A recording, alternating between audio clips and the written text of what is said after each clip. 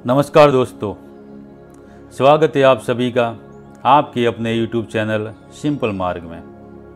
दोस्तों, अगर आप हमारे व्हाट्सएप ग्रुप को ज्वाइन करना चाहते हैं तो नीचे डिस्क्रिप्शन में उसका लिंक दिया गया है, वहां जाकर आप हमारे व्हाट्सएप ग्रुप को ज्वाइन कर सकते हैं। संत चरित्र में आज हम बात कर रहे हैं श्री टेम्बे स्वामी महाराज की। श्री टेम्बे स्वामी महाराज के जीवन चरित्र का ये चौथा अध्याय है। श्री टेम्बे स्वामी एक बार नरसोबावाड़ी रुके हुए थे, तब वहाँ पर एक चमत्कार हुआ ऐसा कि उस वक्त अकाल की स्थिति थी, बरसात की एक बूंद नहीं पड़ रही थी। इसलिए गांव वालों ने एक अनुष्ठान किया जिसमें भगवान की पादुका पर सतत धार यानी कि बिना रुके पानी की धार की जाए। उसी समय पर वहाँ से ऊपर नाम जप की सप्ताह भी चालू थी, जहाँ श्री मौनी स्वामी बैठे हुए थे। मौनी स्वामी के बारे में मैं पहले ही आपको अगले एपिसोड में बता चुका हूँ कि वे एक सिद्ध महायोगी थे। मौनी स्वामी अपना ज़्यादातर समय छोटे बच्चों के साथ ही व्यतीत करते थे। उस समय भी उनके साथ बहुत से बच्चे आसपास बैठे थे। उसी में से किसी बालक ने मौनी स्वामी से बाल सहज प्रश्न किया, बाबा जी, हम सभी तो नाम सप्ताह में यहाँ बैठे हैं, मतलब कि भगवान यहाँ पर है, तो फिर नीचे मंदिर में लोग जलधार किस पर कर रहे हैं?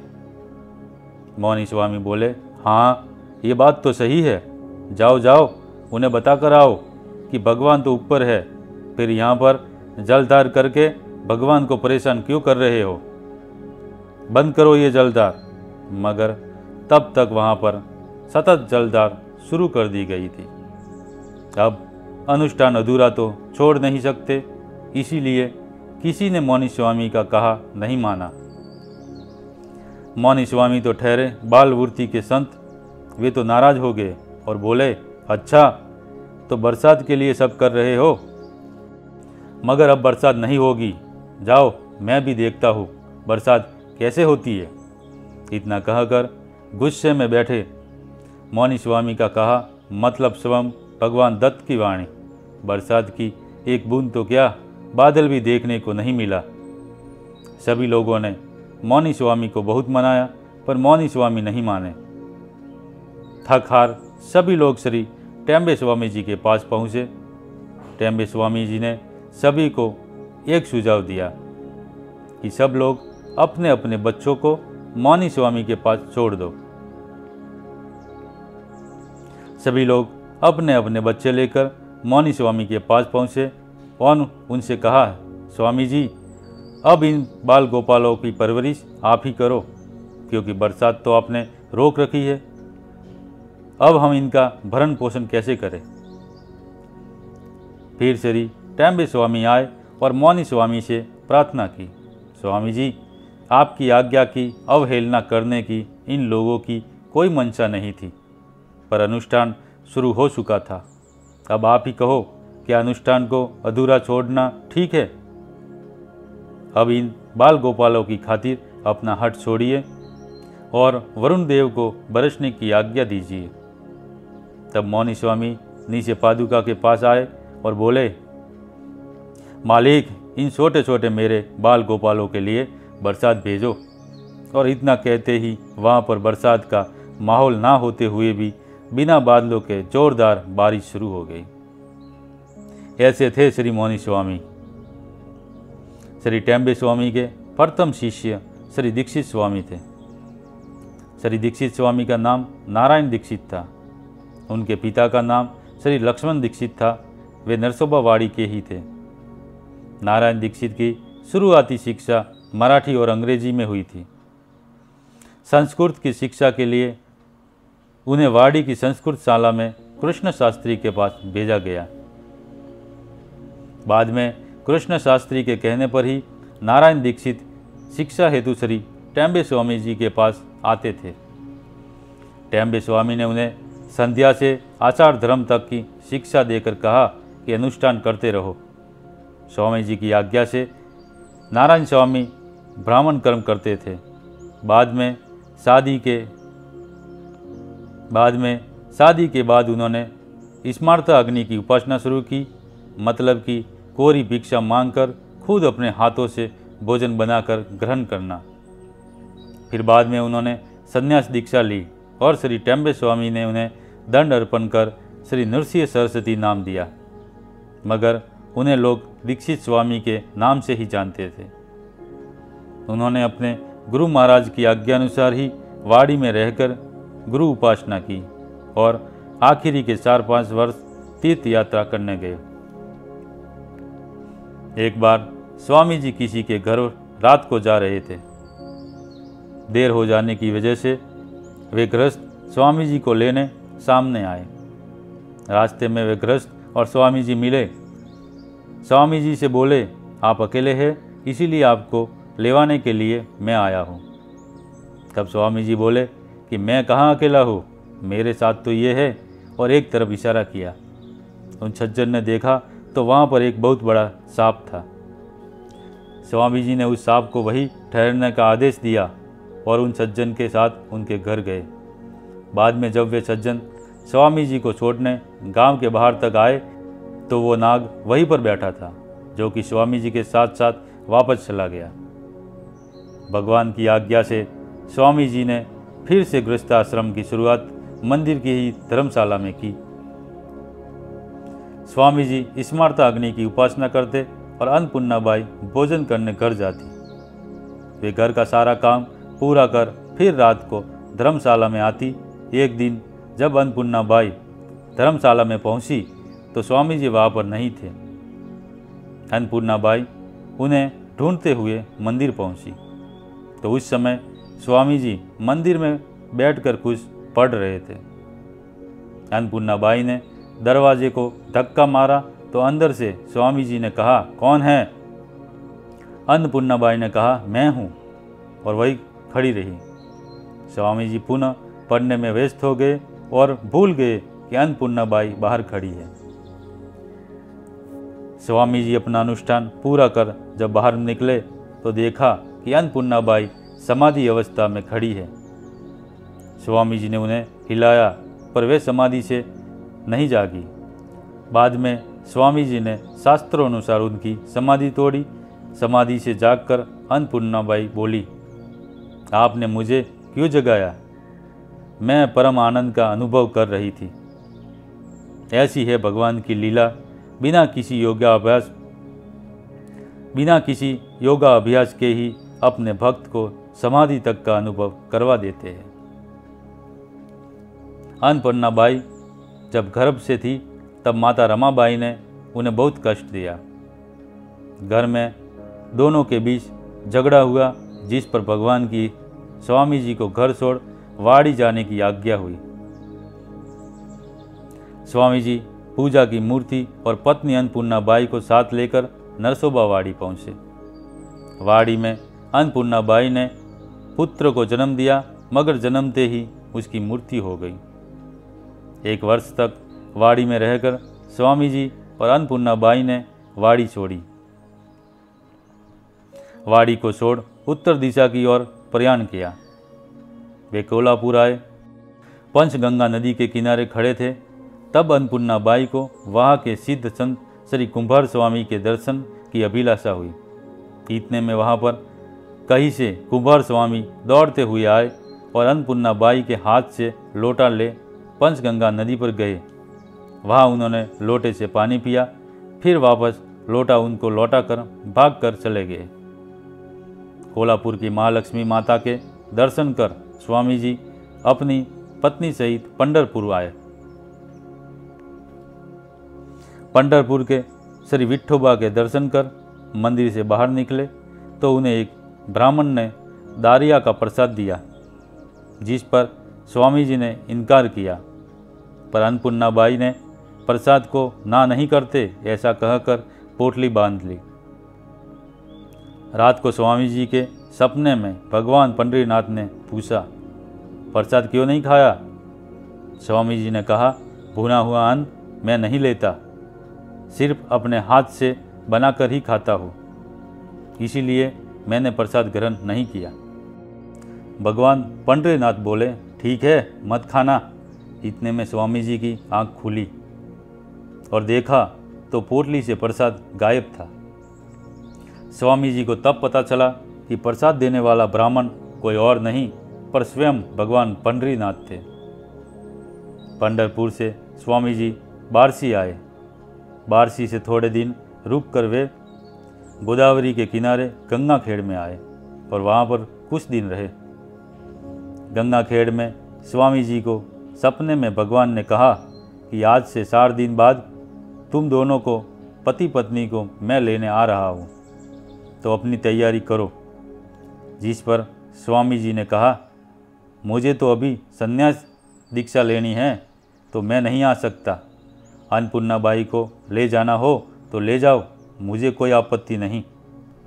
दूसरे दिन अन्नपूर्णा बाई को बुखार चढ़ा और चौथे दिन 1891 वैशाख वध 14 शुक्रवार के दिन उस पुण्यात्मा साध्वी ने अपना शरीर छोड़ दिया। पत्नी के अवसान के बाद 13 दिन की 13वीं की क्रिया पूरी कर स्वामी जी ने 14वें दिन संन्यास धारण किया। भगवान गोविंद स्वामी के रूप में आए और स्वामी जी को प्रणव मंत्र का जप करने को कहा और उज्जैन के दत्त मंदिर में निवास कर रहे श्री नारायणानंद सरस्वती स्वामी जी से दंड ग्रहण करने का आदेश दिया। वहाँ से स्वामी जी उत्तर की ओर खंडवा बड़वाई पहुँचे। 2-4 दिन रुककर ओमकारेश्वर पहुँचे। ओमकारेश्वर में धर्मशाला में जगह का अभाव होने की वजह से एक ब्राह्मण के आग्रह पर उसके घर 4-5 दिन रुके। तब उन्हें बुखार चढ़ा। एक दिन अनायास ही स्वामी जी जोर जोर से बोलने लगे, भुला भुला सब, अब नहीं रहूँगा। लोगों को कुछ पता नहीं चला। बाद में बताया कि ब्राह्मण के घर अतिथि को 3 दिन से अधिक नहीं रुकना चाहिए, ऐसा शास्त्रों में नियम है, और मैं तो 3 दिन से अधिक रुका, इसीलिए मुझे सज़ा मिली। ओमकारेश्वर से स्वामी जी मंडलेश्वर पहुँचे। मंडलेश्वर में केवल्याश्रम स्वामी मिले। उन्होंने स्वामी जी से कहा, तुझे दंड दीक्षा मैं दूंगा, और स्वामी जी वहीं रुक गए। रात को स्वामी जी के सपने में भगवान ने आकर कहा, मेरा कहा नहीं मान रहा क्या? स्वामी जी ने सपने वाली बात केवल्याश्रम स्वामी को बताई और वहाँ से बड़वाई की ओर रवाना हुए। बड़वा से स्वामी जी यात्रा करते करते उज्जैन पहुँचे। उज्जैन के दत्त मंदिर में जाकर नारायणानंद स्वामी को अपने आने का कारण बताया।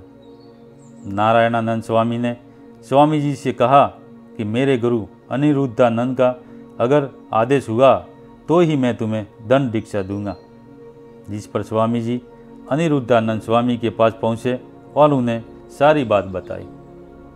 तब उन्होंने विधिवत दंड दीक्षा संपन्न करवाई और स्वामी जी ने अपना प्रथम चातुर्मास उज्जैन में ही किया। दंड स्वीकार करने के बाद स्वामी जी का प्रथम चातुर्मास उज्जैन में ही पूर्ण हुआ। चातुर्मास पूर्ण होने के बाद स्वामी जी उज्जैन से निकलकर महतपुर आए और कुछ समय तक वहाँ निवास किया। महतपुर में एक काली भक्त ब्राह्मण रहते थे जिनका नाम था कालू भैया। कालू भैया उत्तम कोटि के तत्वज्ञानी संत थे, मगर वे हमेशा उन्मत्त स्थिति में रहते थे और अपने आसपास आने वालों को पत्थर मारते, जिस कारण सामान्य लोग उन्हें पागल समझते थे। मगर स्वामी जी के बताने पर ही कालू भैया सिद्ध पुरुष है। कालू भैया के प्रति लोगों की मानसिकता बदली।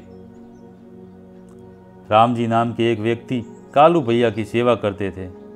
वे उन्हें स्नान करवाते, उनके कपड़े धोते और अगर कालू भैया कहीं दूर चले गए हो तो उन्हें ढूंढ कर लाते और उनका ध्यान रखते।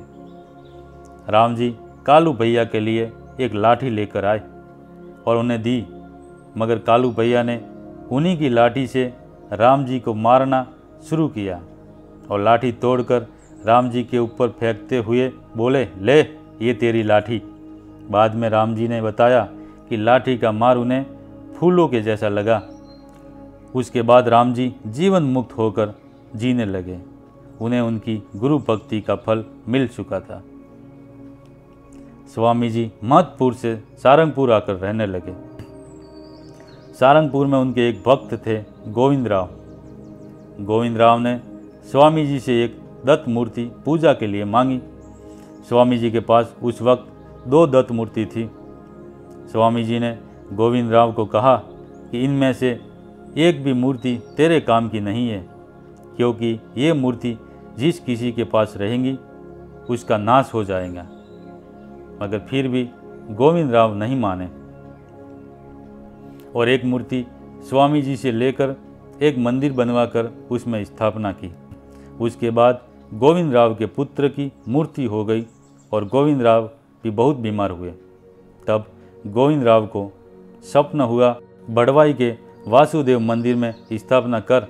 और बड़वाई के लक्ष्मण शास्त्री को सपने में आदेश हुआ कि तू सारंगपुर से मूर्ति लाकर नर्मदा तट के दत्त मंदिर में उसकी स्थापना कर। फिर लक्ष्मण शास्त्री ने सारंगपुर से मूर्ति लाकर बड़वाई में उसकी स्थापना की।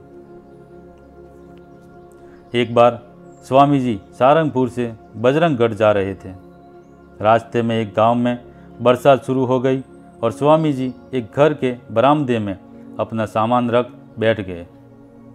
तभी उस मकान मालिक का पुत्र स्वामी जी को गालियाँ बोलने लगा और कहने लगा कि घर तुम लोगों के लिए नहीं बनाया, निकलो यहाँ से, वरना ये झोली कमंडल बाहर फेंक दूंगा। स्वामी जी वहाँ से निकल गए। स्वामी जी के जाते ही वो लड़का पागलों की तरह हरकतें करने लगा। जब उसके पिता घर आए तो उनकी पत्नी ने सारी बातें उन्हें बताई। वे समझ गए कि वो साधु कोई सिद्ध पुरुष होगा और उनके अपमान का ही ये नतीजा है। वे तुरंत ही स्वामी जी की खोज में भागे, मगर स्वामी जी उन्हें नहीं मिले। बहुत खोज के बाद 1.5 साल बाद स्वामी जी उन्हें मिले। उन्होंने स्वामी जी से क्षमा याचना की और अपने पुत्र को ठीक करने की प्रार्थना की। तब स्वामी जी ने दया कर उन्हें भस्म दी और कहा कि जा अपने पुत्र को लगा देना। उसने घर आकर अपने पुत्र को भस्म लगा दी, जिसके बाद उसका पुत्र स्वस्थ हो गया। भ्रमण के दौरान स्वामी जी एक बार पिसोरा नाम के एक गांव में कुछ समय रुके। वहाँ पर भास्कर नाम के एक व्यक्ति को पिशाच ने जकड़ रखा था। भास्कर अपनी समस्या लेकर स्वामी जी के पास आया। स्वामी जी ने पिशाच को भास्कर का शरीर छोड़कर जाने का आदेश दिया। तब पिशाच बोला, मैं जिस पेड़ पर रहता हूँ उसके नीचे इसने लघु शंका की है, इसलिए मैं इसे परेशान कर रहा हूँ। तब स्वामी जी ने कहा, इतनी छोटी सी बात के लिए इतनी बड़ी सज़ा, भाग यहाँ से, वरना तेरी खबर ले लूँगा। और इतना कहते ही वो पिशाच भास्कर को छोड़कर चला गया।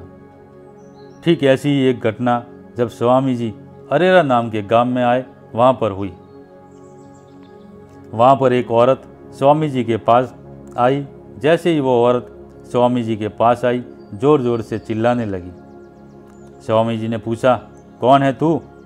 तब वो औरत बोली, मैं गांव के मस्जिद का जिन्न हूँ। इस औरत ने मेरी मस्जिद की जगह में लघु शंका की है, इसलिए मैं इसे परेशान कर रहा हूँ।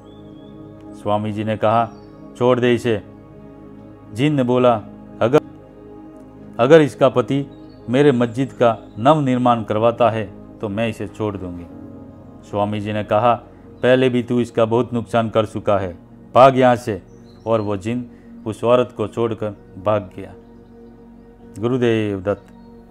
दोस्तों, श्री वासुदेवानंद सरस्वती की जीवन चरित्र पे बने एपिसोड आगे भी आते रहेंगे। अगर आपको अच्छा लगे तो लाइक करें, अपने मित्रों में शेयर करें और हमारे चैनल को सब्सक्राइब जरूर करें। गुरुदेव दत्त।